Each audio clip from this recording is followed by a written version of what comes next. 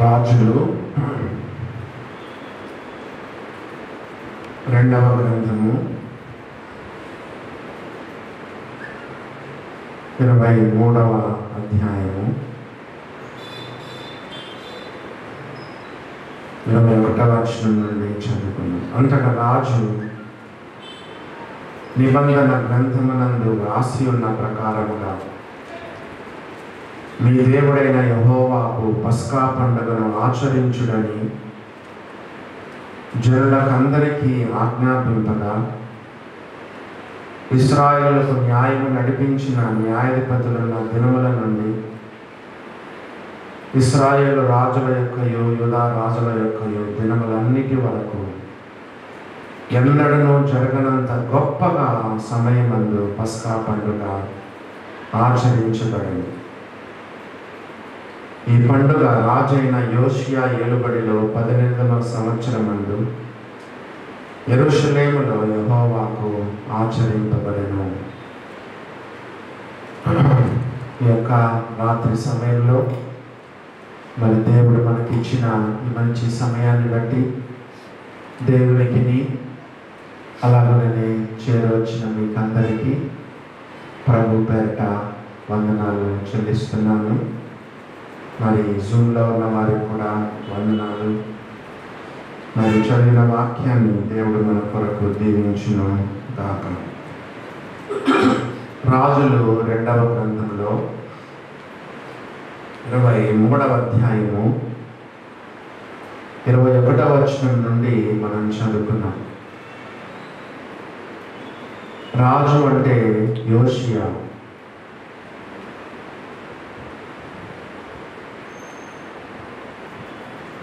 నిబంధన గ్రంథమందు వ్రాసి ఉన్న ప్రకారంగా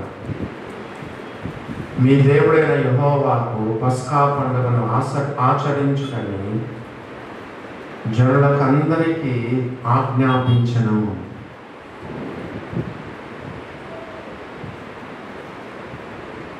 నిబంధన గ్రంథమందు వ్రాసి ఉన్న ప్రకారం గత 2-3 వారాలుగా మనం చదువుతున్నాము. మందిరాన్ని శుభ్రం చేస్తున్న సందర్భంలో, శిథిలమైన స్థలాలను బాగు చేస్తున్న సందర్భంలో వాళ్ళకు ఒక గ్రంథం దొరికింది. అది ధర్మశాస్త్ర గ్రంథము. అది తెప్పించుకొని చదివినప్పుడు యోషియా తన బట్టలు చింపుకున్నాడు. వాక్యంలో ఇంత రాయబడిందా అని చెప్పి అప్పటి నుంచి యెరూషలేములో, తన దేశంలో, ఇశ్రాయేలు దేశంలో, దేవుని మందిరంలో నిషిద్ధమైనవన్నీ కూడా తొలగిస్తూ వచ్చినాయి. ఇప్పుడు చూస్తే నిబంధన గ్రంథమందు వ్రాయబడి ఉన్న ప్రకారముగా పస్కా పండుగను ఆచరిస్తున్నాడు. దీన్ని బట్టి మనకేమర్థమైంది? వాక్యం చదవకపోతే మన జీవితం అంధకారం. మరి మీకందరికీ ఒక విషయం చెప్తున్నాను. రోజు కొన్ని నిమిషాలైన దేవుని వాక్యం చదువుతున్నారా?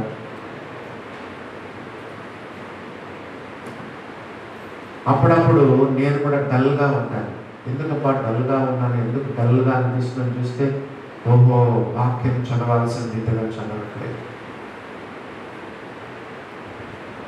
దేవుని వాక్యము మనం రివైవ్ చేస్తుంది. దేవుని వాక్యం మనను ఉజ్జీవింపచేస్తుంది. దేవుని వాక్యం మనను తెప్పరిల్ల చేస్తుంది.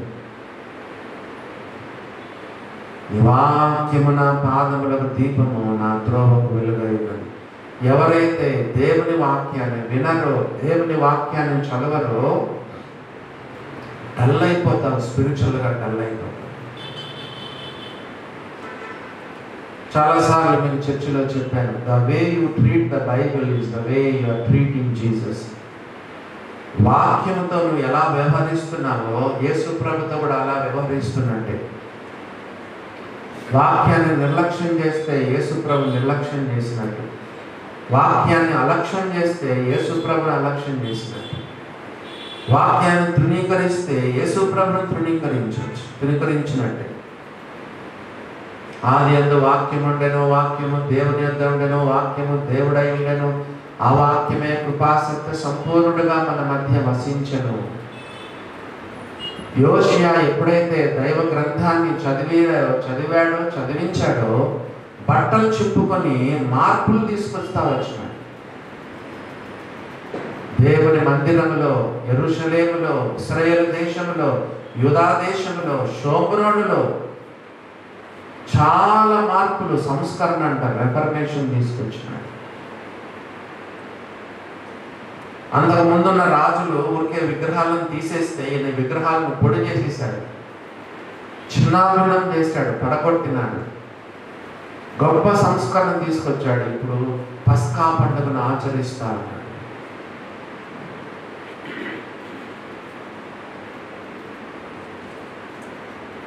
22వ వచనం 21వ వచనం చూడండి. నిబంధన గ్రంథమునందు రాసి ఉన్న ప్రకారముగా మీ దేవుడైన యెహోవాకు పస్కా పండుగ ఆచరించుడని జనులకందరికీ ఆజ్ఞాపించను.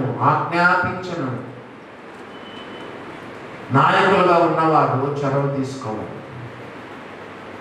ఒక తల్లిగా ఉన్నా, నువ్వు తండ్రిగా ఉన్నా, సంఘంలో ఒక నాయకుడిగా ఉన్నా, ఒక బాధ్యతగా ఉన్నా, నువ్వు చూసి చూడనట్టుగా ఉండకూడదు. కొన్ని విషయాల్లో చాలా చొరవ తీసుకోవాలి. ఈరోజు ఒక తల్లి నాకు ఫోన్ చేశాడు. తల్లి ఫోన్ చేస్తే మరి ఆమెకు నేను ఏం చెప్పానంటే, చాలా బార్డర్ లైన్లో ఉన్నాడు నీ కుమారుడు, మీరు చొరవ తీసుకోవాలి, చాలా స్ట్రాంగ్ డెసిషన్ తీసుకోవాలి. మౌనంగా ఉంటే కాదు.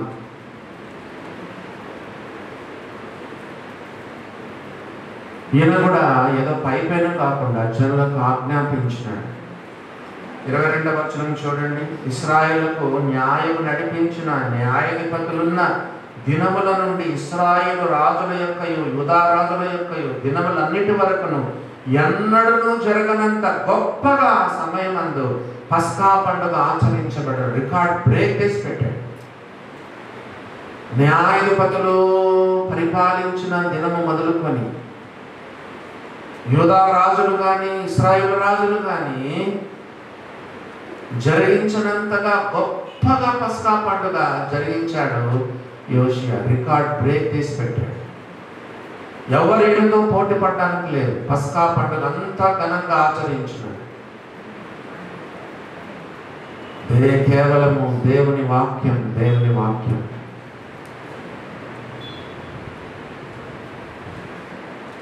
అలా చదవండి. 22వ వచనం. ఇశ్రాయేలుకు న్యాయం నడిపించిన న్యాయాధిపతులున్న దినముల నుండి ఇశ్రాయేలు రాజుల యొక్కయు యూదా రాజుల యొక్కయు దినములన్నిటి వరకు ఎన్నడూ జరగనంత గొప్పగా ఆ సమయమందు పస్కా పండుగ ఆచరించబడెను. దేవుని వాక్యం మనలో కార్యసిద్ధి కలగజేస్తుంది.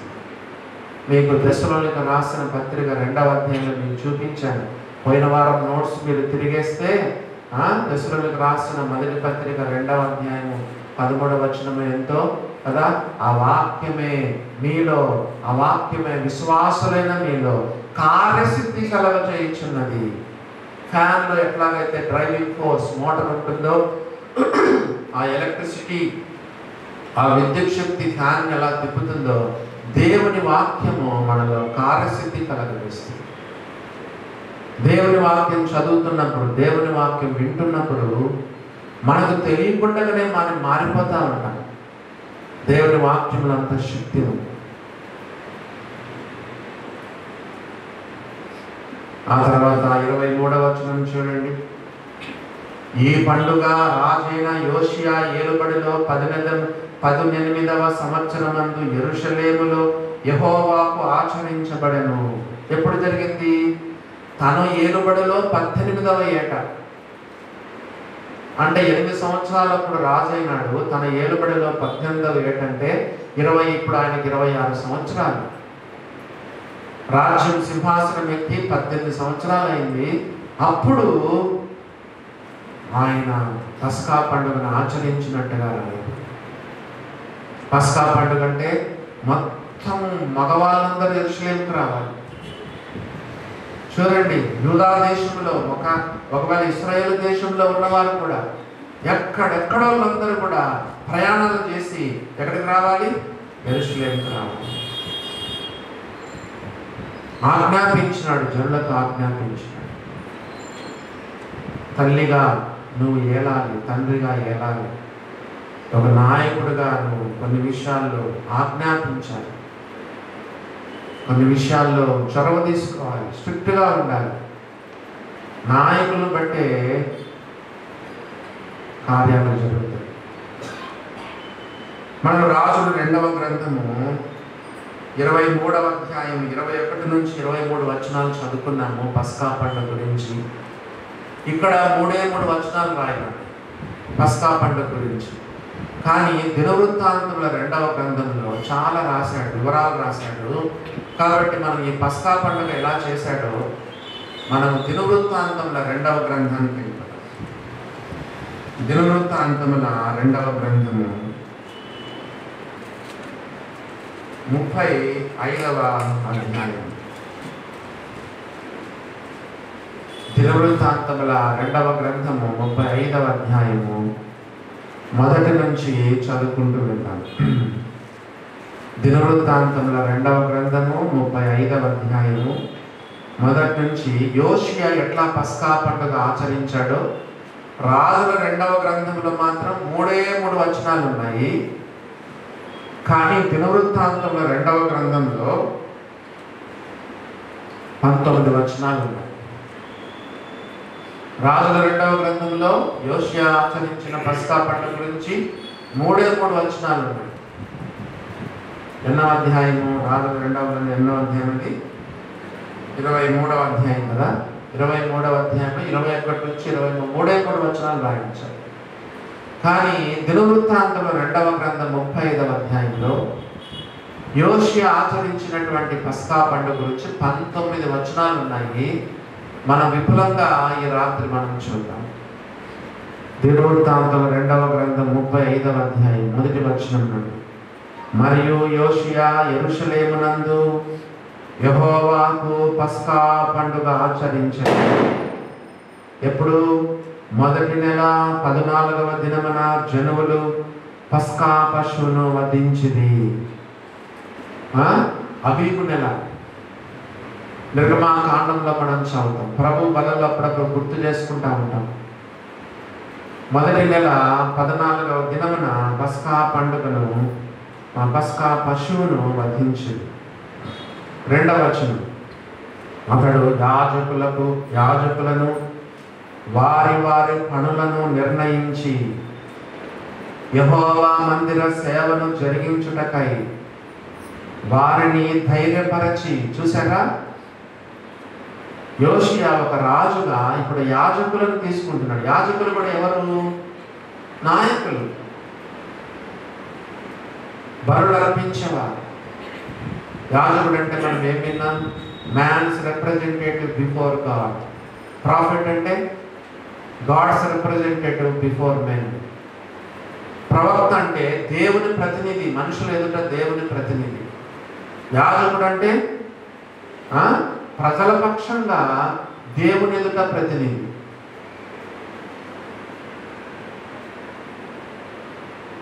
యాజకులు అంటే మ్యాన్స్ రిప్రజెంటేటివ్ బిఫోర్ గాడ్. వాళ్ళని పిలిపించాడు. యాజకులు పిలిపించి వారి వారి పనులను నిర్ణయించాడు. మీరు ఇట్లా చేయాలి, ఇట్లా చేయాలి, ఇట్లా చేయాలని నిర్ణయించాడు.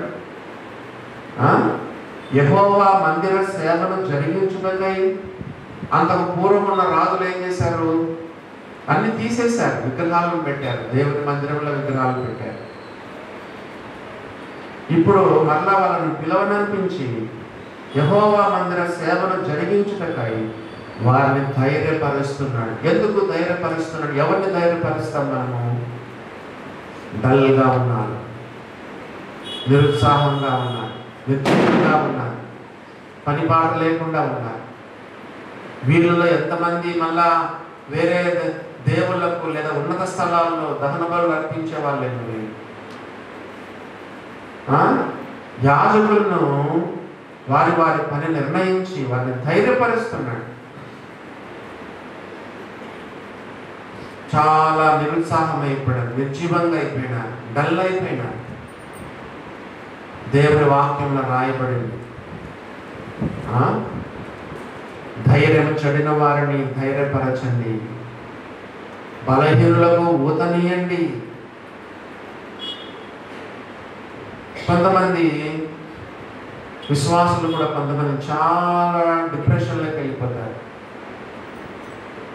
అయ్యో నేను పాపంలో పడిపోయాను, ఇంకా నేను దేవునికి ఉపయోగపడను, నేను దూరం అయిపోతాను దేవునికి అని కొంతమంది డల్ అయిపోయి దేవునికి దూరం అయిపోతారు. మరి ఇలా నిరాశలో నిస్పృహలో ఉన్నటువంటి యాజకులను యోషియా ధైర్యపరచి 3వ వచనం, ఇశ్రాయేలుకందరికీ బోధ చేయవారును యెహోవాకు ప్రతిష్ఠితులునైన లేవీలకు ఇలాగు ఆజ్ఞ ఇచ్చెను. పైనేమో 2వ వచనంలో యాజకులను, 3వ వచనంలో లేవీలను. లేవీలు ఎవరంట? ఇశ్రాయేలుకు అందరికి బోధ చేయవారు, యెహోవాకు ప్రతిష్ఠితులు. లేవీలు ఎవరు చెప్పండి? ఇశ్రాయేలు వారికి బోధ చేయవారు, యెహోవాకు ప్రతిష్ఠితులు. బైబిల్లో మనం కూడా విశ్వాసులు దేవునికి ప్రతిష్ఠ చేయబడి, ఓల్డ్ టెస్టిమెంట్లో నాజరు చేయబడిన వాళ్ళు కొంతమందే ఉంటారు, నాజరైట్స్ అంటారు. కానీ కొత్త నిబంధనలో ప్రతి విశ్వాసు కూడా నాజరైటే.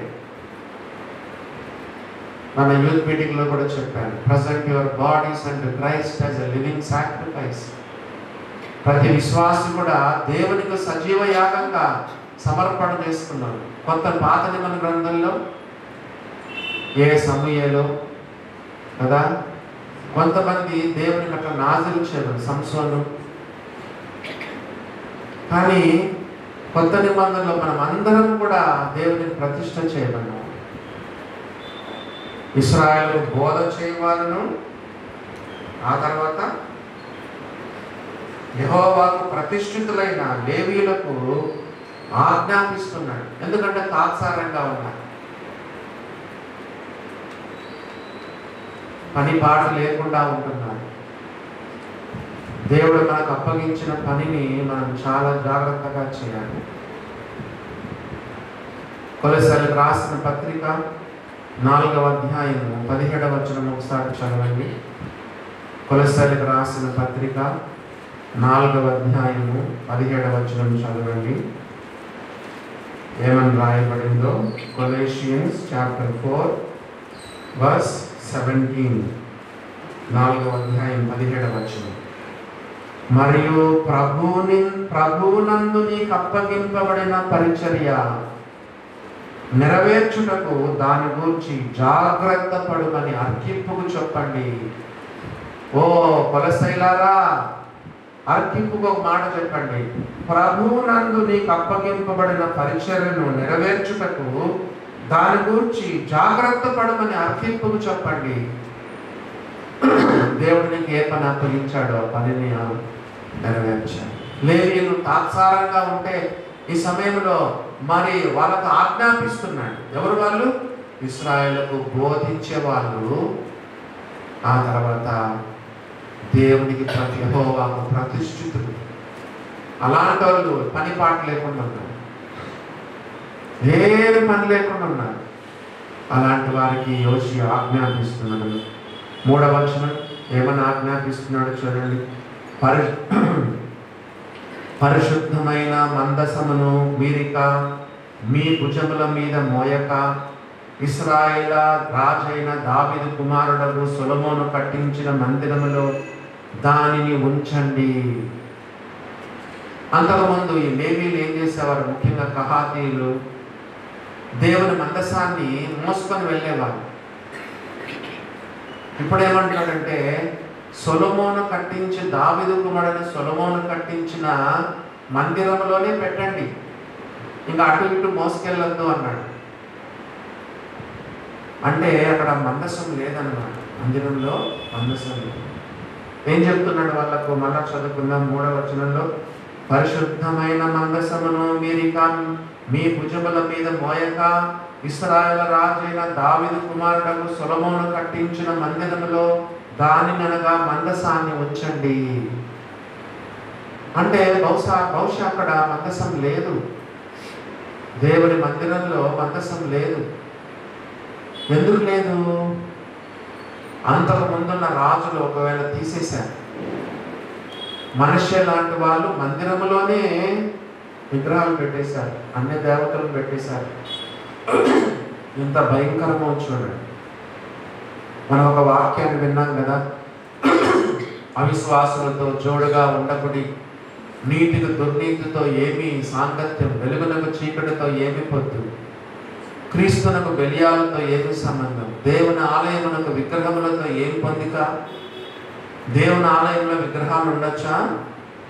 అంతకు ముందున్న రాజులు దేవుని ప్రసన్నతకు గుర్తుగా ఉన్న మందసాన్ని తీసేశారు, విగ్రహాలను పెట్టారు. ఈ లేవీయులు కూడా దేవుని మందసాన్ని అక్కడ ఇక్కడ ఇక్కడ ఇక్కడ భుజాల మీద ఎత్తుకొని వెళ్ళేవాళ్ళు. ఏం చెప్తున్నాడంటే, మీరు మందసాన్ని మందిరంలో పెట్టండి. మందసం అంటే బైబిల్లో యేసు ప్రభువుకు సాదృశ్యం. మందసం లేకుండా ఎన్ని పనులు చేస్తే ఏం ప్రయోజనం చెప్పండి? మందసం లేకుండా పస్కా పండుగ ఆచరించి ఏం ప్రయోజనం చెప్పండి? కొంతమంది హృదయంలో మందసమైన యేసు ప్రభును హృదయంలో కలిగి ఉండకుండా అన్నీ చేస్తున్నారు. ప్రార్థన చేస్తారు, వాక్యం చదువుతారు, చర్చికి వస్తారు, కానుకేస్తారు, సేవ కూడా చేస్తారు. హృదయంలో యేసు ప్రభు లేకుండా, మందిరంలో మందసం లేకుండా ఏం చేసి ఏం ప్రయోజనం?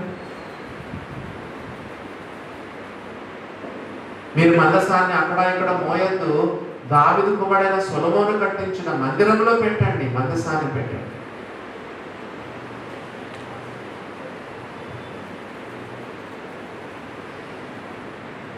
మన హృదయంలో యేసు ప్రభు లేకుండా, మందసం లేకుండా మనం ఏమి చేసినా ఉపయోగం.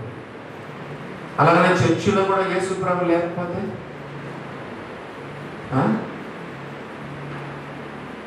సంఘాల మధ్య నేను సంచరిస్తున్నానని చెప్పాడు. ప్రకటన గ్రంథం 3వ అధ్యాయం 20వ వచనం చదవండి.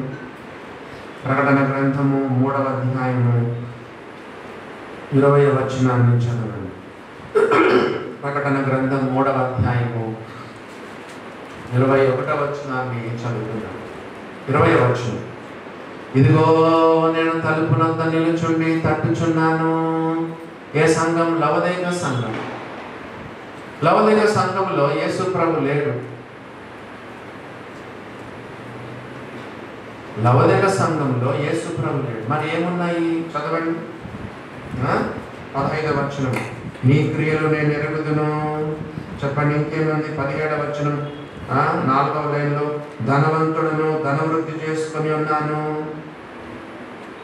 ఆదివారం నుంచి మళ్ళా వచ్చే ఆదివారం వరకు మీటింగ్లు మీటింగ్లు మీటింగ్లు మీటింగ్లు, సేవ సేవ సేవ, ఎంతో సేవ, డబ్బులు, విస్తారమైన డబ్బులు.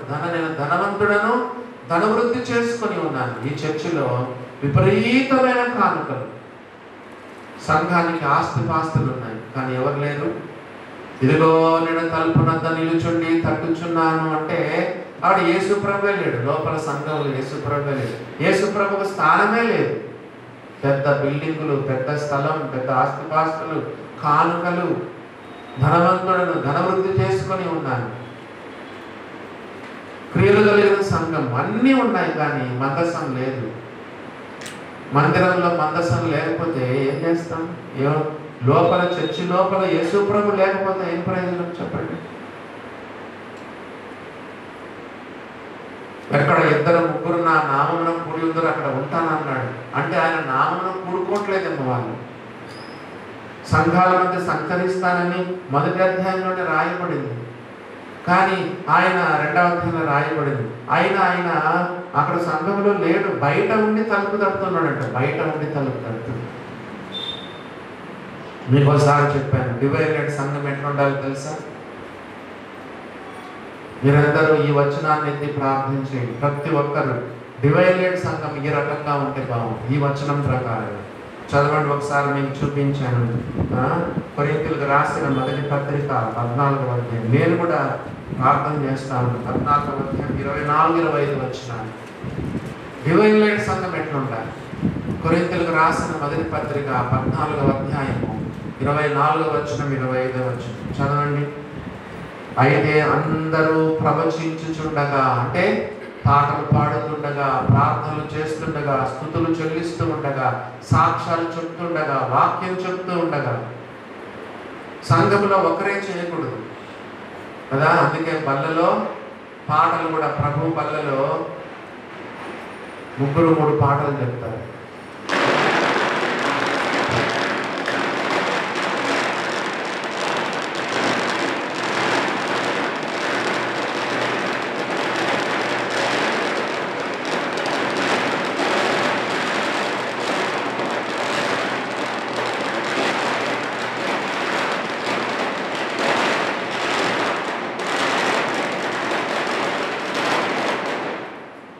ప్రభు బల్లలో మరి వేరే వాళ్ళు కూడా కదా, సోదరులు కూడా వాక్యం చెప్తారు, స్తుతులు కూడా చెల్లిస్తారు.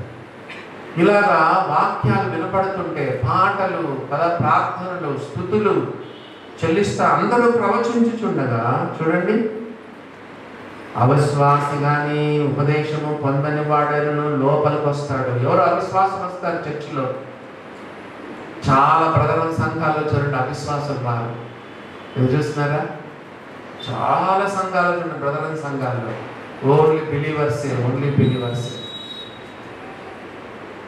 అన్యులు కూడా రావాలి, హిందువులు, ముస్లిమ్స్, అవిశ్వాసులు, నామకార్థ క్రైస్తవులు కదా, దేవుని మందిరంలోకి రావాలి. చాలా ప్రధాన సంఘాలు చూడండి ఓన్లీ విశ్వాసులు మాత్రమే గ్యాదర్ అయ్యి మరి విశ్వాసులు మాత్రమే గ్యాదర్ అయ్యి ఆరాధన చేసి రొట్టె రసం తీసుకొని ఒక 50 నిమిషాలు వాక్యం వెళ్ళిపోతారు.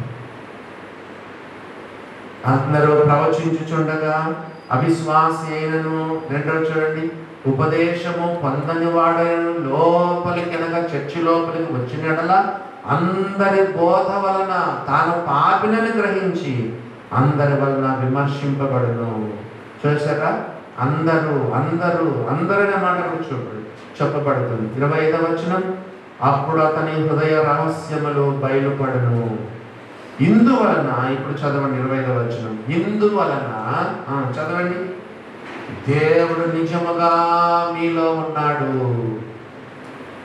ఆ చర్చిలో ఉన్నాడు, నిజముగా దేవుడు మీలో ఉన్నాడని చెప్పండి ప్రచురము చేయొచ్చు.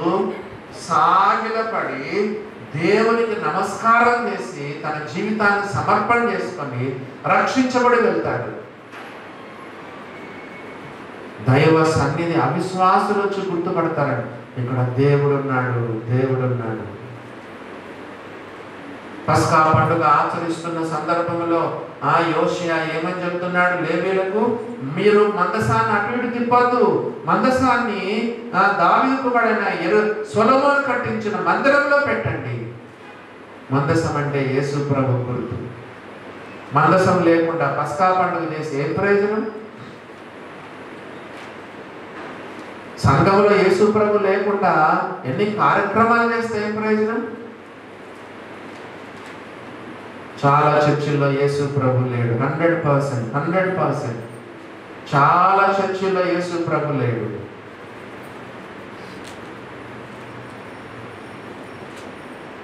మరి నీ హృదయంలో యేసు ప్రభు ఉన్నాడా? నీ హృదయంలో యేసు ప్రభు లేకపోయినా ప్రార్థన చేస్తావు, వాక్యం చదువుతావు, సేవ చేస్తావు, రొట్టె రసం తీసుకుంటావు, ఆరాధన చేస్తావు కదా, మరి కాను కూడా చేస్తావు. యేసు ప్రభు లేడు. యేసు ప్రభు లేకుండా సేవ చేసి ఏం చేస్తావు? లవోదికయ సంఘంలో యేసు ప్రభు లేడు. పౌలు కొరింథీయులకు రాస్తూ చెప్తున్నాడు, అందరూ ప్రవచించుచుండగా అవిశ్వాసి కానీ ఉపదేశం పొందని వాడు కానీ లోపలికి వచ్చినప్పుడు అందరి బోధ వలన విమర్శింపబడను. అప్పుడు అతని హృదయ రహస్యములు బయలుపరచబడను.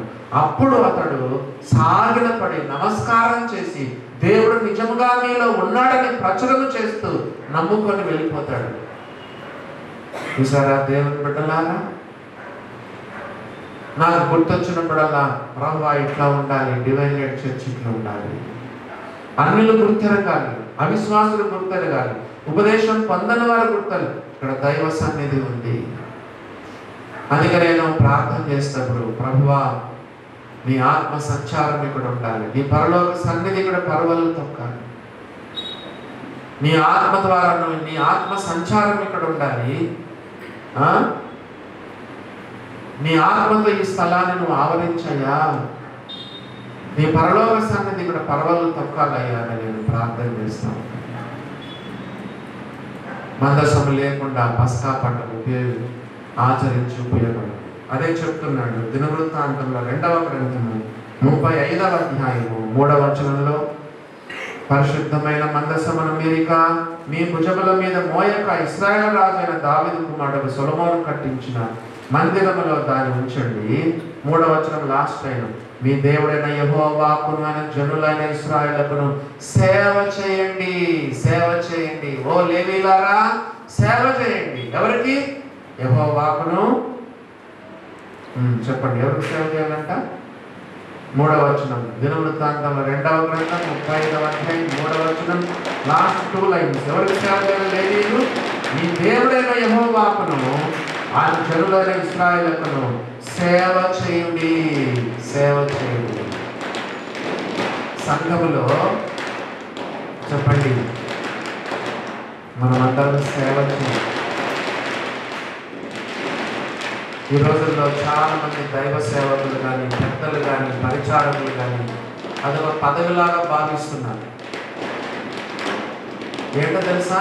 దేవుని పని అంటే you have to serve other people, servant. Bible రాయబడింది, పరిశుద్ధుల పాదాలను కడగండి. మీ దేవుడైన యెహోవాకును ఆయన ప్రజలైన ఇశ్రాయేలును సేవ చేయండి. లేవీయులారా సేవ చేయండి. ఇది పదవి కాదు.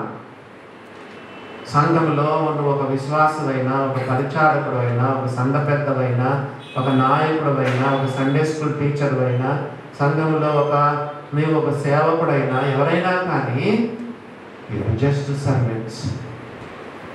యేసుప్రభు అందుకే తన యొక్క ఈ లోకంలో జీవించిన ఆఖరి రోజు ఆయన అదే చూపించాడు. ఆబ్జెక్ట్ లెసన్ అంటారు కదా, థియరీగా ప్రాక్టికల్గా చూపించాడు. తన పై వస్త్రాన్ని పక్కకు పెట్టి నడుముకు తువాలు కట్టుకొని, చెప్పండి, నడుముకు తువాలు కట్టుకొని ఆ తర్వాత పళ్ళెంలో నీళ్లు పోసుకొని శిష్యుల పాదాలు తుడుచుటకును కడుగుటకును తుడుచుటకును మొదలుపెట్టాడు. మన అందరి చేతుల్లో 2 వస్తువులు ఉండాలి. బేసిన్ అంటే టవల్, బేసిన్ అంటే టవల్. యేసు ప్రభు నడుముకేమో తువాలు, చేతుల్లోనేమో పల్లెం. ప్రతి విశ్వాస చేతిలో కూడా 2 వస్తువులు ఉండాలి. ఏంటి? నిన్న భోజనాలు జరిగినాయి, మొన్న కూడా భోజనాలు. వీళ్ళ యవనస్తులు ఎంతమంది అంకుల వాళ్ళకి, ఆంటీ వాళ్ళకి సర్వీస్, ఎవరంతా వాళ్ళు పోయి తింటున్నారు. ప్రతిసారి నేను చెప్తున్నాను, సర్వింగ్ సర్వింగ్ సర్వింగ్ సర్వింగ్. మన చేతుల్లో ఒక పల్లెం ఉండాలి, మన నడుముకు తువాలు ఉండాలి. సేవకునికి అదే ఉంటుంది కదా.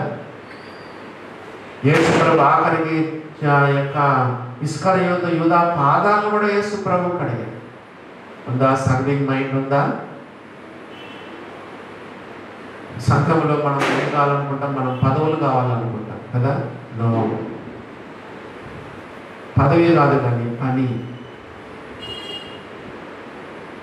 భక్త సింగ్ చర్చిలో, ఎబ్రహం చర్చిలో సేవ చేస్తామని ఎవరైనా వస్తే మంచిగా చేర్చుకుంటారంట. సేవ చేస్తాం, మేము సేవకులుగా ఉంటాం, హెబ్రోన్లో ఉన్నామంటే వాళ్ళు లోపల తీసుకొని 2 సంవత్సరాలు లెట్రిన్లు వేస్తారంట. నువ్వు నలగాలి, దేవుని సేవలు నలిగితేనే రేపు నేను వాడుకుంటాడు. నేను లెట్రిన్లు కడిగాను, నేను ఊడ్చినాను, తుడిచినాను, చీరలు వేసాను, అలా అన్ని చీరలు కడిగాను, మైకులు పెట్టాను. నాకు వాక్యం చెప్పడానికి రాదు, నేను ఒక పిరికి వాడిని, నాకు వాక్శక్తి కానీ వాక్యాన్ని కానీ లేదు. నేను ఇప్పుడు అనుకుంటాను ఏంటంటే, ఆనాడు చిన్నప్పుడు నేను పరిచర్య చేశాను కాబట్టి దేవుడు నాకు ఇలాంటి పెద్ద పరిచర్య ఇచ్చాడు.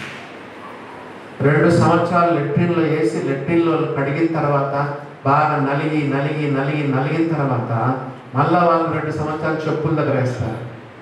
చెప్పులు చేతిలో తీసుకోవాలి, గూట్లో పెట్టాలి, టోకన్ ఇవ్వాలి. మళ్ళీ చర్చ అయిన తర్వాత మళ్ళా చెప్పులు తీసుకొని వాళ్ళకి అందించాలి, టోకన్ తీసుకోవాలి.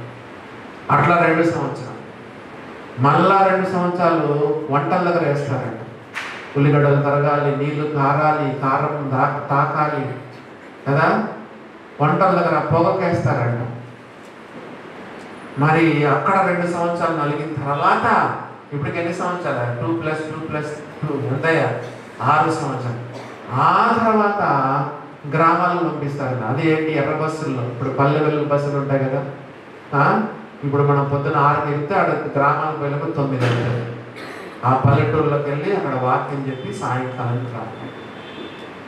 స్థానిక సంఘంలో వాళ్ళు ఉన్న హెబ్రోన్లో వాళ్ళకి అవకాశం ఇచ్చిందన్న ఎప్పుడు. కాబట్టి బైబిల్లో రాయబడి లేవీయులారా మీరు సేవ చేయండి. ఎవరికి సేవ చేయాలంటే చెప్పండి. 35వ అధ్యాయం 3వ వచనం, దినవృత్తాంతం 2వ గ్రంథం లాస్ట్ 2 లైన్స్. మీ దేవుడైన యెహోవాకును ఆయన జనులైన ఇశ్రాయేలుకును సేవ చేయండి. ఫస్ట్ ఎవరికి సేవ చెప్పండి? ఫస్ట్ దేవుడు. మరి సాతానుకు చెప్పేటప్పుడు 3వ సమాధానం చెప్పేటప్పుడు, ప్రభు అయిన నీ దేవుని మొక్కి ఆయన మాత్రమే సేవింపవలెను. ఫస్ట్ మొక్కడం, ఆ తర్వాత సేవ చేయాలి. ఫస్ట్ స్థానం దేవునికి. ఫస్ట్ దేవునికి సేవ చేయాలి కదా. మరియమ్మ దేవునికి సేవ చేసింది కదా. మార్తమ్మ దేవుని సేవ చేస్తుంది. ఫస్ట్ మనం దేవునికి సేవ చేయాలి, ఆ తర్వాత ఇతరులకు సేవ చేయాలి. మీ దేవుడైన యెహోవాకును ఆయన జనులైన ఇశ్రాయేలుకును సేవ జరిగించుడి. హెబ్రోన్లో అప్పుడు కాన్వకేషన్స్ అనేది వేల మంది వచ్చేవాళ్ళు. నాకైతే గుర్తులేదు, ఒక్కసారి పోయినట్టు గుర్తుంది. భక్తి సింగ్ చర్చిలో కాన్వకేషన్ హెబ్రోన్లో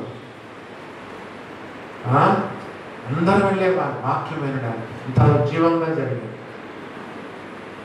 అంత భోజనాలు పెట్టారు. అంత ఇదైంది. ఒక ఆయనంట మరి ప్యాంటు మడుచుకున్నాడంట, కింద తడవకుండా రెండు మడతలు పైనకి వేసుకున్నాడంట. ఎందుకంటే ప్యాంటు అంచులు కింద తడుస్తాయి కదా. అక్కడ ఏంటంటే అందరికి వడ్డించేంత వరకు, ప్రార్థన చేసే వరకు ఎవరు తినకూడదు. అందరికి వడ్డించినంత.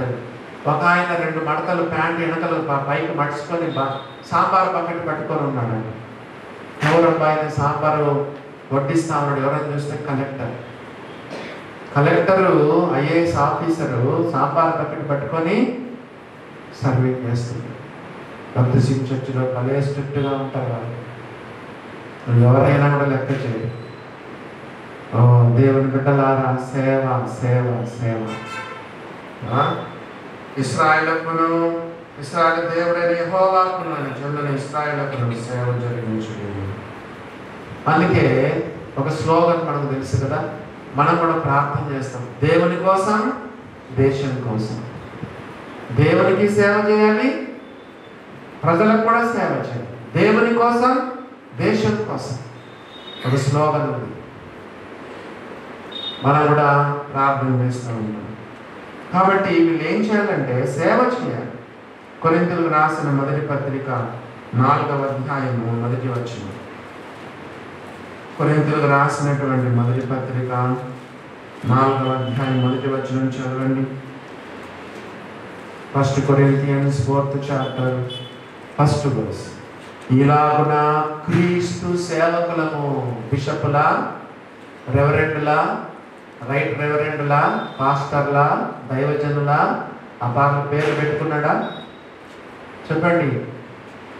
మేము రెవరెండు, రైట్ రెవరెండు, మోడరేట్స్, మేము బిషపులము, సీనియర్ పాస్టర్లు, దైవజనులు, అపోస్తలులు అని అంటున్నాడా? క్రీస్తు సేవకులు. We are all just servants of Christ. ఈ లోకంలో యేసు ప్రభు ఎన్నడూ కూడా పై స్థానాన్ని తీసుకోలేదు. యేసు ప్రభు ఎప్పుడు కూడా ఆయన సేవకుని స్థానాన్ని ఈ లోకంలో తీసుకున్నారు. కాబట్టి సోదరులు ఎప్పుడు కూడా గుర్తుపెట్టుకోండి, సర్వింగ్ మైండ్. ఎప్పుడు always you have to take the lowest place. క్రీస్తు సేవకులు. తీతుకు రాసిన పత్రిక 1వ అధ్యాయం 1వ వచనం. తీతుకు రాసినటువంటి పత్రిక 1వ అధ్యాయము 1వ వచనం కూడా చూడండి. ఏమని చెప్తున్నాడు? దేవుడు ఏర్పరచుకొనిన వారి విశ్వాసము నిమిత్తమును నిత్య జీవన గుర్చిన వీక్షణతో కూడిన భక్తికి ఆధారము సత్య విషయమైన అనుభవ జ్ఞానము నిమిత్తమును దేవుని దాసుడను. ఎవరట? దేవుని దాసుడను. Servant of the Lord. దేవుని దాసుడను. పౌలు అంత గొప్ప అపోస్తలుడు దేవుని దాసునిగా తను తాను పరిచయం చేసుకుంటా ఉన్నాడు. 4వ వచనం చాలు. దినవృత్తాంతంలో 2వ గ్రంథం 35వ అధ్యాయము 4వ వచనం. ఇశ్రాయేలు రాజు అయిన దావీదు రాసి ఇచ్చిన క్రమం చెప్పునను, అతని కుమారుడైన సొలొమోను రాసి ఇచ్చిన క్రమం చెప్పునను మీ పితరుల ఇళ్లకు ఏర్పాటైన వరసలను బట్టి మిమ్మల్ని సిద్ధపరచుకొనుడి. ఆ రోజుల్లో దావీదు సొలొమోను టైం టేబుల్ వేసినారు. దాని ప్రకారంగా మళ్ళీ మీ టైం టేబుల్ ప్రకారంగా మీరు ముందుకు సాగు. క్రమం అనే మాట రాయబడి. దైవ సన్నిధిలో కూడా క్రమం ఉంటుంది కదా. ఇంట్లో ఫస్ట్ డాడీ కదా, భర్త, మళ్ళా మమ్మీ, మళ్ళీ ఆ తర్వాత పిల్లలు కదా. ఎక్కడైనా కూడా అంతే. ఆఫీసులో కూడా ఒక క్రమం ఉంటుంది, సంఘంలో క్రమం ఉంటుంది. దావీదు క్రమాన్ని రాసి పెట్టాడు, సొలొమోను కూడా దాన్ని పాటించాడు. ఆ క్రమాన్ని బట్టి మీ వరుసలో చొప్పున మీ పితరుల ఇళ్లకు ఏర్పాటైన వరుసను బట్టి మిమ్మల్ని మీరు సిద్ధపరచుకొనండి. ఒక పక్కన వాళ్ళను ధైర్యపరుస్తున్నాడు. అది యోషియా పక్షంగా, వీళ్ళ పక్షంగా వీళ్ళు కూడా తమను తాము సిద్ధపరచుకోవాలి, ప్రతిష్ఠ చేసుకోవాలి. మిమ్మల్ని మీరే సిద్ధపరచు. అందుకే లూకాసు వార్త 1వ అధ్యాయంలో జకర్యా విషయంలో మనం చదివితే యాజక తరగతి చెప్పున్నాను కదా. ఆ రోజు ఆ టైంలో ఆయనకు అన్నమాట. ఆ రోజు యాజక ధర్మం చేయాల్సిందంటే జకర్యా ఆ టైం టేబుల్ ప్రకారంగా ఆయనకు వంతు వచ్చింది. వంతు అనే మాట అక్కడ రాయబడింది. ఆ టైం టేబుల్ ప్రకారంగా ఆయన వెళ్ళి ధూపం వేస్తుంటే దేవుడు తన దూతను పంపించాడు. కాబట్టి ఒక క్రమాన్ని చెప్తా ఉన్నాడు. ఎవరు? దావీదు రాసిచ్చిన క్రమము, అతని కుమారుడైన సొలొమోను రాసిచ్చిన క్రమం చొప్పున మిమ్మల్ని మీరు సిద్ధపరచుకోండి. 5వ వచనం. జనుల ఆయా భాగములకు, లేవీయులకు కుటుంబములలో ఆయా భాగములు ఏర్పాటునట్లుగా మీరు పరిశుద్ధ స్థలమందు నిలిచి వారి పితరుల కుటుంబముల వరుసలను బట్టి జనులైన మీ సహోదరుల కొరకు సేవ చేయండి. అక్కడేమన్నాడు? ఇశ్రాయేలుకు సేవ చేయమన్నాడు. ఇక్కడ మీ సహోదరులకు సేవ. 2 సార్లు సేవ చేయండి అనే మాట. మనం అనుకోవాలి తప్ప ఎన్నో పనులు ఉంటాయి చర్చిలో. మన ఏది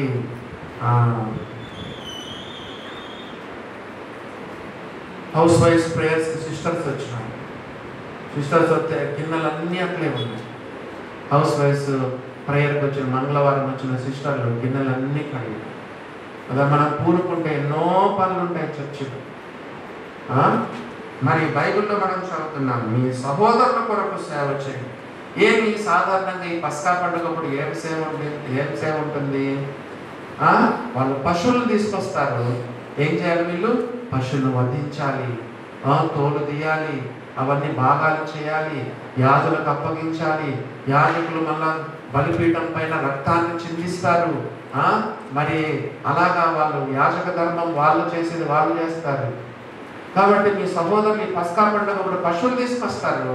వీళ్ళు వాళ్ళు వధించి చర్మం వలిచి భాగాలు చేసి యాజకులకు లేదా మీకు ఇవ్వాల్సిన భాగం, మీకు ప్రజలకు ఇవ్వాల్సిన భాగం అన్నీ చేయాలి. వాళ్ళు మీ సహోదరులకు సేవ చేయండి.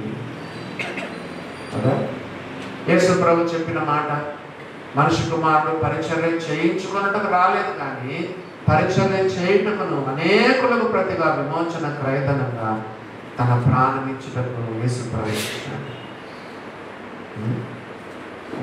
యేసు ప్రభు మాట చెప్పాడు, పరిచర్య చేయు వారి వల్లే నేను మీ మధ్య ఉన్నాను. యోహాను లూకాసు వార్త 22వ అధ్యాయంలో పరిచర్య చేయు వారి వల్లే నేను మీ మధ్య ఉన్నాను. మీ సహోదరులకు సేవ చేయుడు. 6వ వచనం, ఆ ప్రకారము పస్కా పశువును వధించి మిమ్మును ప్రతిష్ఠించుకొని మోషే ద్వారా యెహోవా ఇచ్చిన ఆజ్ఞలను అనుసరించి దానిని మీ సహోదరుల కొరకు సిద్ధపరచుడి.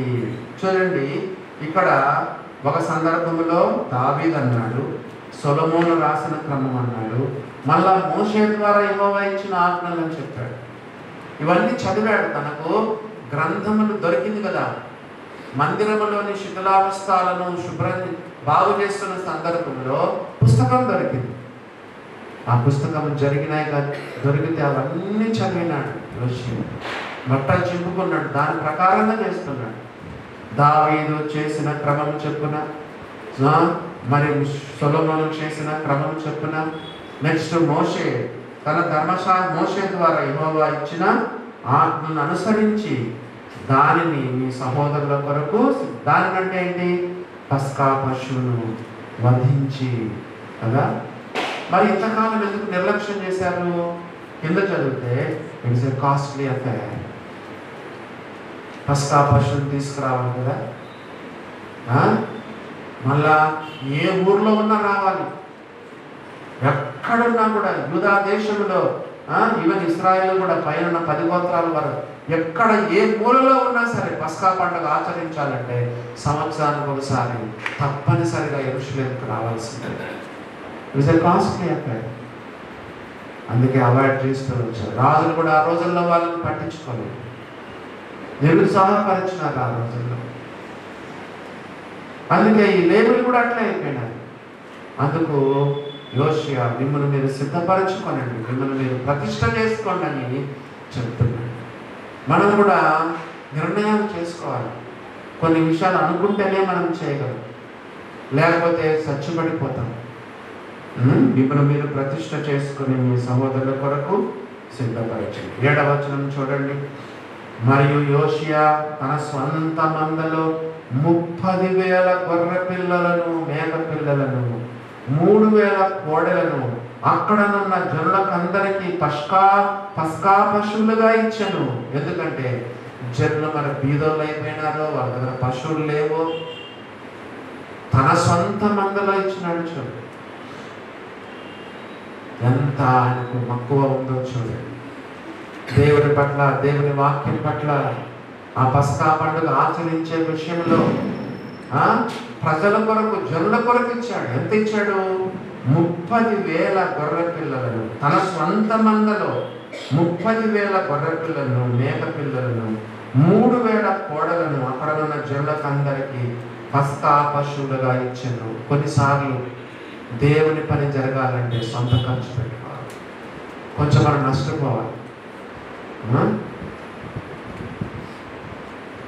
నేను చదువుకునే రోజుల్లో ఒక చోట ఉండేటప్పుడు ఒక ఆయన ఏం చేసినాడు తెలుసా, ఈ స్పెషల్ మీటింగ్ జరుగుతాయి కదా, స్పెషల్ మీటింగ్ జరిగినప్పుడు ఆయన వాళ్ళ ఇంటికి తీసుకెళ్ళి ఆయన భోజనం పెట్టాడు స్పీకర్. దానికి ఏం రాసినాడు తెలుసా, ₹1,000 మటన్ అన్ని దేవుని బుక్లో రాసినాడు. దేంట్లో రాసినాడు? అకౌంట్ బుక్లో రాసినాడు. ఆయనే వాళ్ళ ఇంటికి తీసుకొని ఆ దైవ సేవకుని భోజనం పెట్టి, మటన్ చికెన్ పెట్టి, ఆ తెచ్చిన చికెన్ దేంట్లో రాసినాడు? చర్చి అకౌంట్ బుక్లో రాసినాడు. ఇలాంటి వాళ్ళు ఏం సేవకు ఉపయోగపడతారు చెప్పండి? తన స్వంత మందలో ఎంత 30,000 గొర్రె పిల్లలను, మేక పిల్లలను, 3,000 కోడలను అక్కడనున్న జనులకందరికీ పస్కా పశువులుగా ఇచ్చినాడు. ఎంత సమర్పణ ఉందో చూడండి యోషియా. వాక్యం చదివితే, వాక్యం వింటే అన్ని మార్పులు మనలో వస్తాయి. జనరాసిటీ అంటారు కదా, దాతృత్వం. కొంతమందిలో భలే పిసినితనం ఉంటుంది. బైబిల్లో రాయబడింది, గాడ్ లవ్స్ ఎ చీర్ఫుల్ గివర్. ఉత్సాహంగా ఇచ్చువాని దేవుడు ప్రేమించును.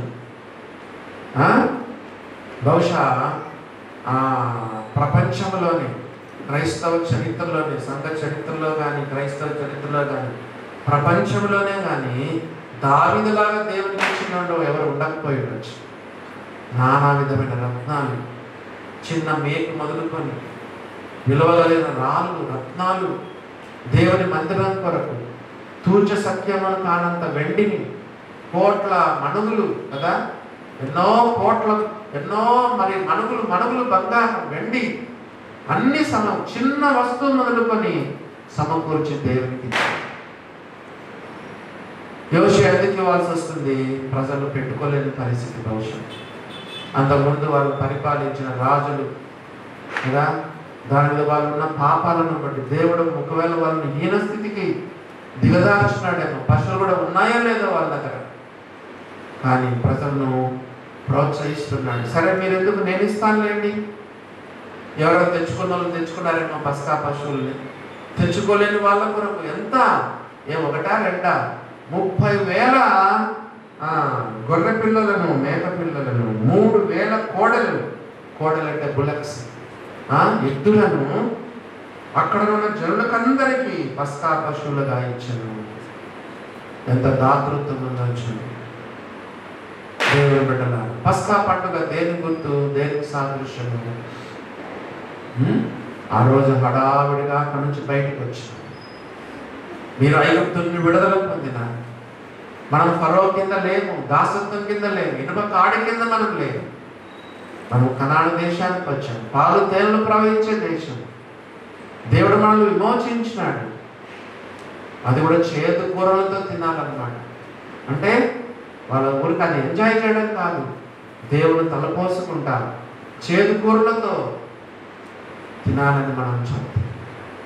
పస్కా పండుగ ఆచరించడానికి అంత వారిని ప్రోత్సహిస్తారు. 8వ వచనం చూడండి. అతని అధిపతులను చూడండి. యోషియా అధిపతులు కూడా జనులకును, యాజకులకును, లేవీయులకును మనఃపూర్వకంగా పశువులు ఇచ్చిరి. రాజైన యోషియా ఇస్తే అతని కింద ఉన్న ఆఫీసర్లు కూడా వాళ్ళు కూడా ఇవ్వడం మొదలు పెట్టారు.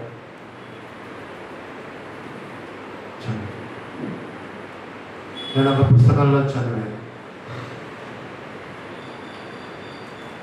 నమ్మకమైన పేద సేవకుడు ఈ చర్చి కట్టాలి. నమ్మకమైన ఒక పేద సేవకుడు చర్చి కట్టాలనుకున్నప్పుడు చర్చిలో అనౌన్స్మెంట్ చేస్తే ఒక బీద ఆమె కుండ పప్పు గిత్త అనుకున్నా. కుండను పప్పు గిత్త తెలుసు కదా, ఇలా రుబ్బుతారు.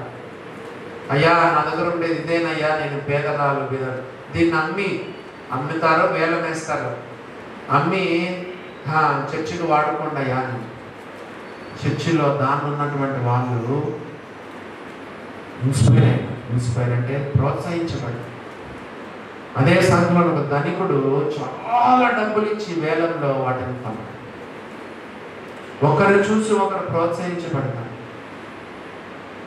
చూడండి, రాజు అయినటువంటి యోషియా ఎప్పుడైతే ఇంత పశువులను ఇచ్చినాడో ఆయన కింద ఉన్న అధిపతులు కూడా ఎవరికి ఇచ్చారు?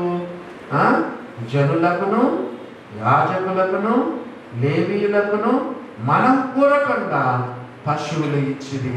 అంటే లేవీలు కూడా పెట్టుకోలేని పరిస్థితి, పస్కా పశువులు తెచ్చుకోలేని పరిస్థితి. గొర్రెని కానీ మేకని కానీ తెచ్చుకోలేము. తెచ్చుకునే వాళ్ళకి ఆఫీసర్లు కూడా ఇచ్చినారు, అధిపతులు కూడా ఇచ్చినారు.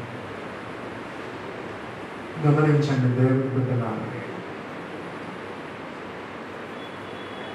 8వ వచనం, మనఃపూర్వకంగా ఇచ్చేది. యెహోవా మందిరపు అధికారులను హిల్కీయాయు, జకర్యాయు, యెహీయేలును పస్కా పశువులుగా యాజకులకు 2,600 గొర్రెలను 300 కోడలను ఇచ్చిరి. కింద ఇంక కొంతమంది ఉన్నారు. ఎవరు వీళ్ళు?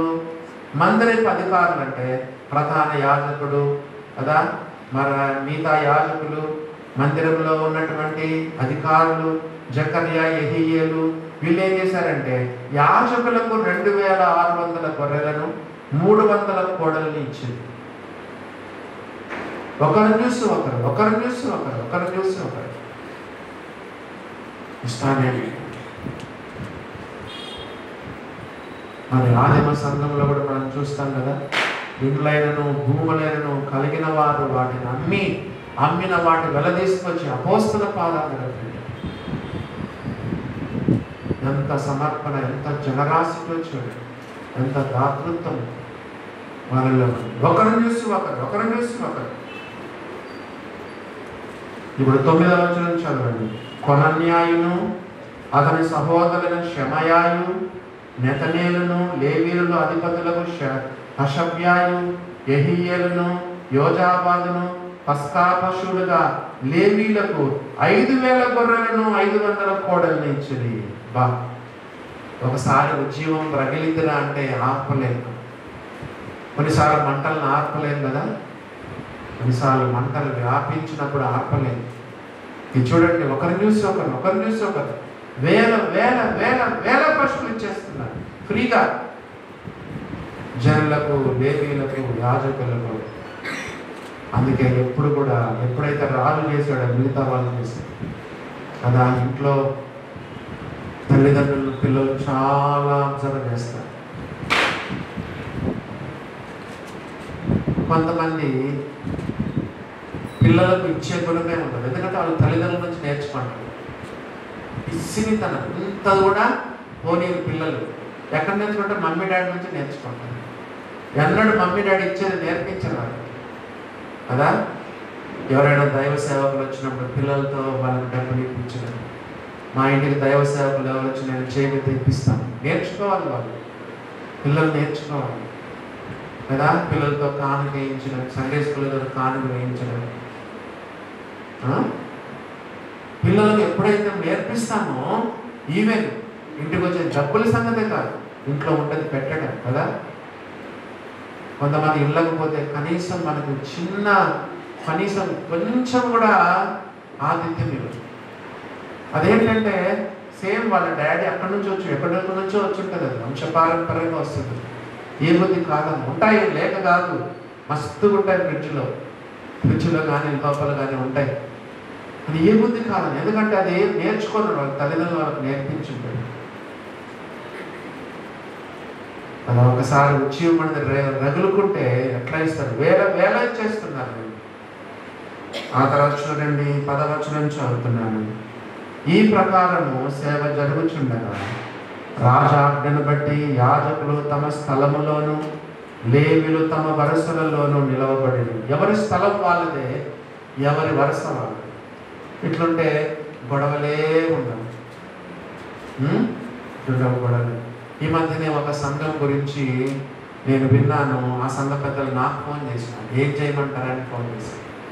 నేనన్నాను, నేను మీకంటే వయసులో తక్కువ అన్నయ్య, మీకు చెప్పేవాడిన నేనంటే అన్నా లేదు అంటానన్నా, మీరు వయసులో మాకంటే తక్కువ అయినా అనుభవంలో మీరు మాకంటే ఎక్కువగా ఉన్నారు. ఏంటంటే వాళ్ళ సంఘంలో ఉన్న కొంతమంది అందరూ లెటర్లు రాసినారు. లెటర్ రాసి మమ్మల్ని మీతో సమానంగా చేయండి, మమ్మల్ని కూడా చీరల్లో కూర్చోబెట్టండి. సంఘ పెద్దలు అక్కడ సంఘంలో ముందు చీరలో కూర్చుంటారు, మన సంఘంలో అక్కడ చేయండి కదా. ముందు చాలా మంది ఇట్లా ముందు కూర్చుంటారు, మమ్మల్ని కూడా మాకు కూడా చీరలేదు, మేము ముందు కూర్చుంటాం. సంఘ లెక్కలు మేము కూడా చూస్తాం, సార్ డబ్బులు మా దగ్గర ఉండాలి.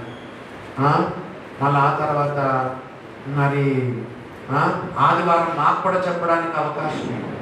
అది చూడండి, అన్ని పేపర్, అది నాకు జెరాక్స్ పంపించింది. వాళ్ళు ఏం లెటర్ రాసి నాకు జెరాక్స్ పంపించింది. వాళ్ళ డిమాండ్ చూడండి ఎట్లున్నారు. దానికి తోడు సంఘ పెద్దలు ఇట్లా ఉండకూడదు, మీరు దైవోద్రవ్య ప్రధానత్వాన్ని కోరుతున్నాడు దైవోద్రవ్య అని చెప్తే వాళ్ళు తమకు ఇవ్వబడిన బాధ్యతలని చేయకుండా రాజీనామాలాగా మేము ఇప్పటి నుంచి సంఘంలో వచ్చిపోతూ ఉంటాం, మాకు ఏం వద్దు, ఏ పనులు వద్దు, మేమేమి చేయమని రాజీనామా చేస్తాం. రాజీనామా చేస్తే ఉన్నదాన్ని కూడా వాళ్ళు పోగొట్టుకున్నారు. చూసారా దేవుని బిడ్డలారా, మమ్మీ స్థానం మమ్మీదే, డాడీ స్థానం డాడీది, పిల్లల స్థానం పిల్లలది కదా. ఏ వరుసలో మనం ఉంటే ఆ వరుసలో ఉంటే ఏమి కాదు. ఎవరి పని, ఎవరి స్థానం, ఎవరి యొక్క వరుస ఎవరి పనులు వాళ్ళు చేసుకుంటామంటే ఏమి ఇబ్బంది లేదు. బైబిల్లో రాయబడించారు, తమ స్థలములోను లేవీయులు తమ వరుసలలో నిలవబడి. 11వ వచనం, లేవీయులు పస్కా పశువులను వధించి రక్తమును యాజకులు. చూడండి, లేవీయులు చేసిన పని ఏంటి? పస్కా పశువును వధించాలి, రక్తాన్నేమో యాజకులకి ఇయ్యగా వారు దాన్ని ప్రోక్షించి. లేవీయులు ఇంకా ఏం చేయాలంటే పశువులను వలవాలి. వేల వేల పశువులు, ఎంత పని! చేతి నిండా ఒకటా రెండా పస్కా పండుగ ప్రజలందరూ తీసుకొస్తారు. ప్రజలందరూ కూడా పస్కా పశువులు తీసుకొస్తారు. వేల వేల మంది కొయ్యాలి, రక్తాన్ని యాజకులకు ఇవ్వాలి, యాజకులు కూడా బలిపీఠం మీద అర్పించాలి, ప్రోక్షించాలి. మళ్ళీ పశువులు ఇవన్నీ చర్మాలు వలచాలి. ఎంత పని ఉంటుంది? 12వ వచనం, లేవీయులు పశువుల వలవగా మోషే గ్రంథంలో వ్రాయబడిన ప్రకారం జనుల కుటుంబముల విభాగము చొప్పున యెహోవాకు అర్పణగా ఇచ్చుటకు దహన బలి పశు మాంసమును యాజకులు తీసుకొని, దహన బలి పశు మాంసాన్ని మాత్రం దహన బలిపీఠం మీద అర్పించాలి. కాబట్టి యాజకులు తీసుకుని వారి ఎడ్లను కూడా ఆ ప్రకారముగానే చేసి.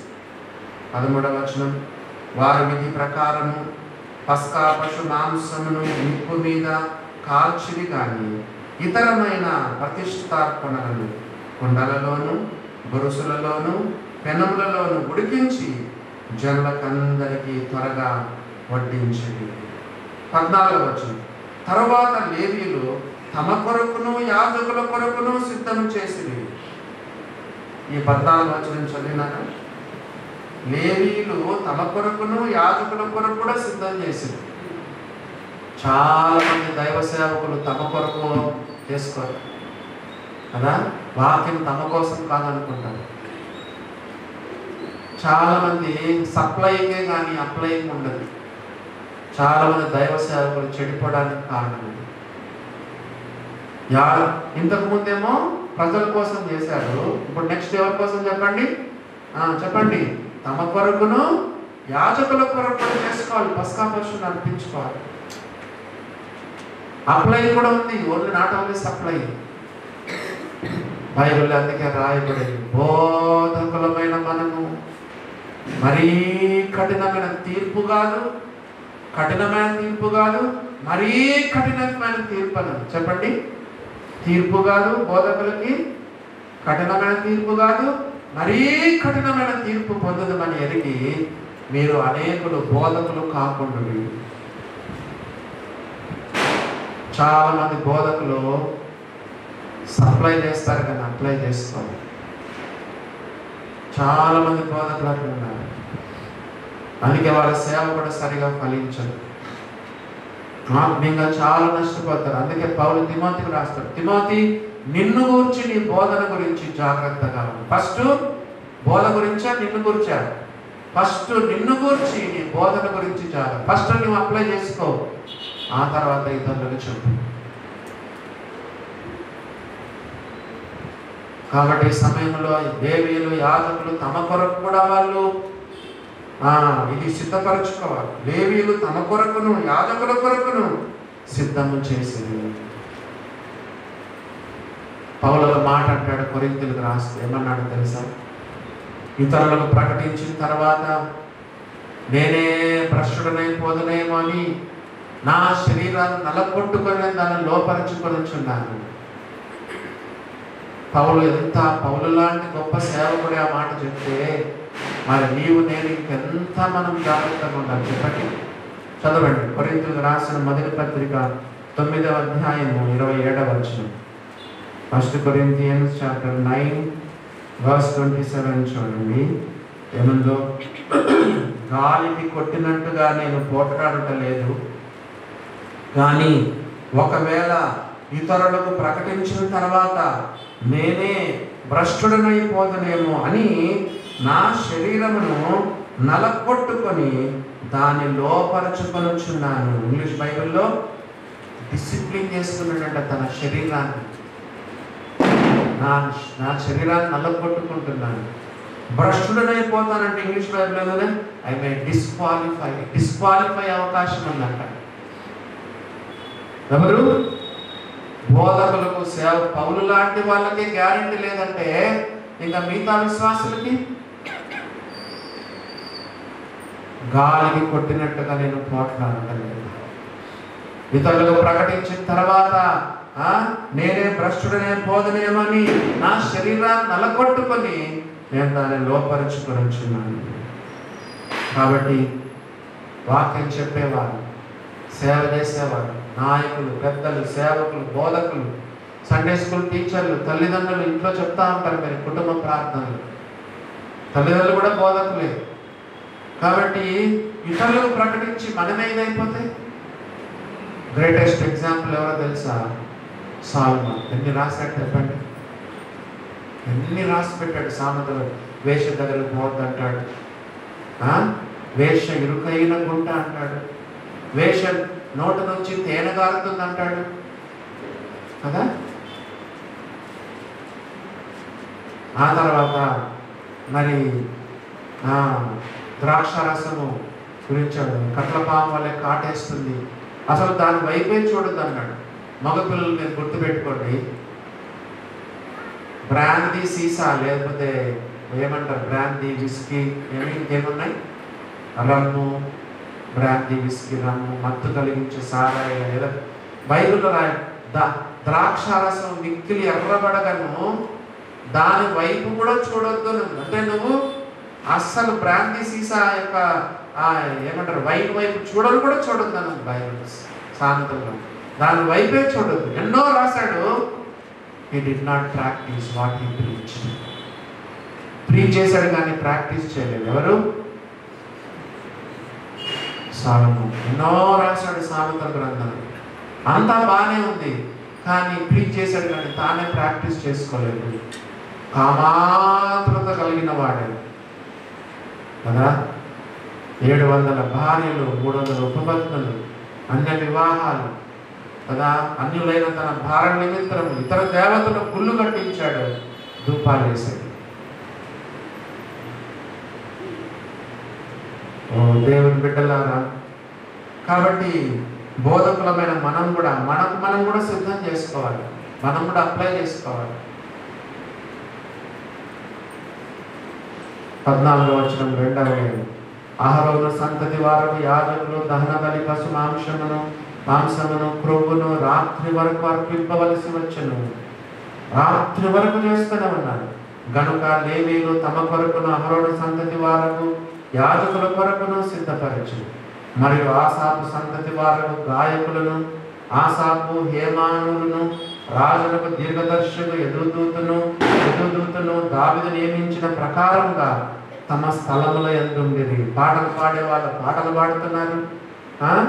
మరి చూడండి, ఇంకా ద్వారపాలకులు, ద్వారములన్నింటి యొద్దను ద్వారపాలకులు కనిపెట్టుచుండిరి. ఎవరు చేసే పని వాళ్ళు చేస్తున్నారు, ఎవరి స్థానంలో వాళ్ళు. పస్కా పండుగ జరుగుతున్న సమయం గాయకులు పాటలు పాడుతున్నారు. ఆసాపు హేమానులు కదా, ఎదుగుతూను, ఇదంతా కూడా. ఇంకా 15వ వచనం, వారు తమ చేతిలో పని విడిచి అవతలికి పోకుండానట్లు వారి సహోదరులకు లేవీయులు వారి కొరకు సిద్ధపరిచారు. 16వ వచనం, ఈ ప్రకారము రాజైన యోసియా ఇచ్చిన ఆజ్ఞను బట్టి వారు పస్కా పండుగ ఆచరించి యెహోవా బలిపీఠం మీద దహన బలులను అర్పించడం చేత ఆ దినము ఏమీ లోపము లేకుండా యెహోవా సేవ జరిగెను. ఎంత ఉజ్జీవం వచ్చిందో, ఏమీ లేకుండా అంత వాక్య ప్రకారం చక్కగా ఏ లోపము లేకుండా సేవ జరిగింది. 17వ వచనం, అక్కడ ఉన్న ఇశ్రాయేలీయులు ఆ కాలమందు పస్కాను పులియని రొట్టెల పండుగను 7 దినములు ఆచరించింది. ఎన్ని దినాలు ఆచరించారు? 7 దినాలు. 18వ వచనం చదవండి. ప్రవక్తయగు సమూయేలు దినములు మొదలుకొని ఇశ్రాయేలీయులలో పస్కా పండుగ అంత ఘనముగా ఆచరించబడి ఉండలేదు. మీకు విషయం తెలుసా? హిజ్కియా 14 రోజులు చేశాడు పస్కా పండుగ. మనం చదువుకున్నాం, మీకు బైబిల్ స్టడీలో గుర్తుందో లేదు. హిజ్కియా 14 రోజులు పస్కా పండుగ ఆచరించాడు. కానీ హిజ్కియా జరిగించిన పస్కా పండుగ కూడా బీట్ చేసింది. ఏంటి? యోషియా చేసింది మళ్ళీ 7 రోజులే. హిజ్కియా 14 రోజులు చేసినా కూడా మరి ఈ యొక్క యోషియా జరిగించిన పస్కా పండుగతో సాటి రాలేదు. సమూయేలు దినములు మొదలుకొని ఇశ్రాయేలులో పస్కా పండుగ అంత ఘనముగా ఆచరించబడి ఉండలేదు. యోషియాయు యాజకులను లేవీయులను అక్కడ ఉన్న యూదా ఇశ్రాయేలు వారందరూ యెరూషలేము కాపురస్తులను ఆచరించిన ప్రకారం ఇశ్రాయేలు రాజులందరిలో ఒక్కడైనను పస్కా పండుగను ఆచరించి ఉండలేదు. రికార్డ్ బ్రేక్ చేశారు. తమ దేవుని ఎరుగువారు బలము కలిగి గొప్ప కార్యాలు చేస్తారు. నువ్వు నా చేత కాదన్నా, నేను ఇంతే అన్నా, నేను బలహీనుడనన్నా, నేను నాకంత స్తోమత లేదన్నా, నేను చేయలేనంటే ఎప్పటికట్లే ఉంటాను. వాక్యం చదువు, వాక్యం ద్వారా పురికొల్పబడు, బలపడు, ముందుకు సాగు, ప్రార్థన చేయి, విశ్వాసంతో పూనుకో. దేవుడిని చాలా గొప్పగా వాడుకో. ఇక్కడ చూడండి, ఇశ్రాయేలీలు కూడా అన్నారు. ఇశ్రాయేల్ వారు యూదా వారు వేరు కదా, 10 గోత్రాల వారు కూడా వచ్చారనమాట. ఇశ్రాయేల్ వారందరూ అంటే 10 గోత్రాలు వారు, వేరే రాజ్యం, వేరైన రాజ్యం. ఇశ్రాయేల్ వారందరూ కూడా వచ్చినారు. యోషియా, యాజకులు, లేవీయులు, అక్కడ ఉన్న యూదా ఇశ్రాయేల్ వారందరూ యెరూషలేము కాపురస్తులను ఆచరించిన ప్రకారం ఇశ్రాయేల్ రాజులందరూ ఒక్కడేను పస్కా పండుగను ఆచరించి ఉండా. ఏ రోజులు మొదలుకొని ప్రవక్త సమూయేలు దినములు మొదలుకొని ఇంతవరకు ఇలాగ పస్కా పండుగ జరిగింది. రాజుల 2వ గ్రంథం చదవండి, అక్కడ వేరే రీతిగా రాయాలి. రాజుల 2వ గ్రంథం 23, 22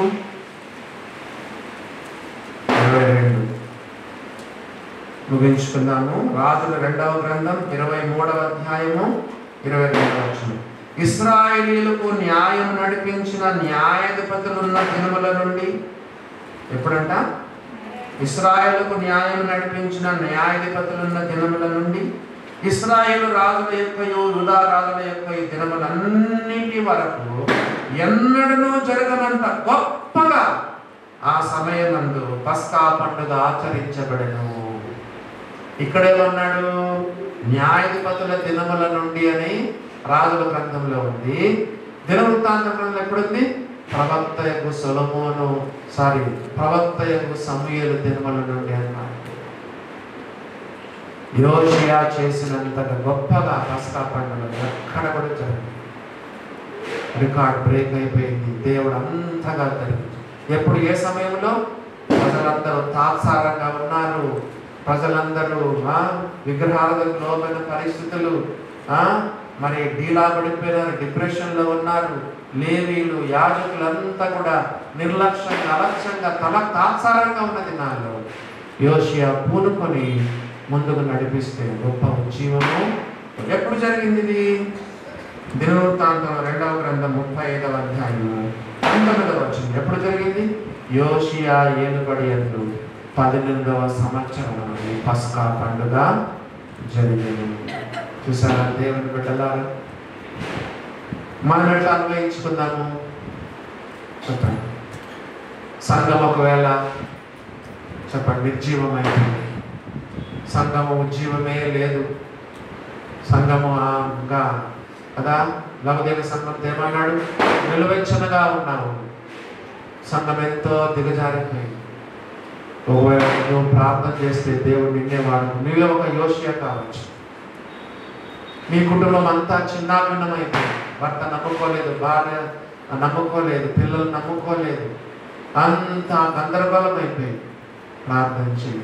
నీ కుటుంబంలో దేవుని ఒక యోషియా చేస్తాడు కదా, నీ సంఘంలో దేవుని ఒక యోషిగా చేస్తాడు. ఏమో దేవుడు నిన్నే వాడుకోవచ్చు. దేవుని కొరకు గొప్ప కార్యాలు జరిగించవచ్చు. అసలు యోషియా కూడా ఊహించవచ్చు. ఇంత గొప్పగా జరుగుతుంది యోషియా కూడా ఊహించకపోవచ్చు. కానీ దేవుడు అంత గొప్ప కార్యాలు జరిగించాడు. కాబట్టి మన జీవితంలో పరీక్ష చేసుకుందాం. ఏమైనా లోపాలు ఉంటే ఒప్పుకుందాము. మరి దేవుని సన్నిధిలో మన యొక్క జీవితాలు సరి చేసుకుని ఆత్మీయ జీవితంలో ముందుకు కొనసాగాలి.